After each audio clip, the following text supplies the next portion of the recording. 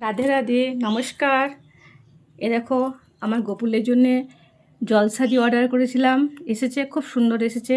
আর একটা tiffin box order করেছিলাম, এটাও চলে এসেছে।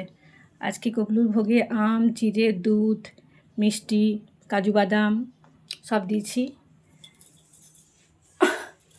আর আমার ঠাকুর ঘর তো তোমরা দেখেছই, কিন্তু কেউ কমেন্টও করো না কিছু, কোনটা ভালো কোনটা খারাপ।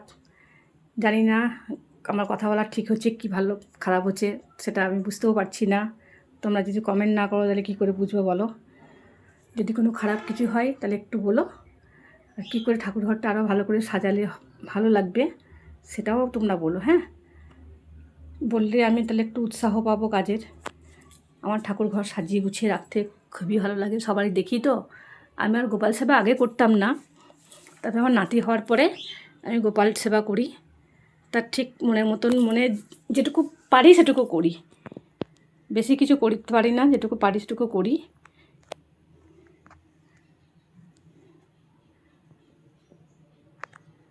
রাধে রাধে, রাখলাম।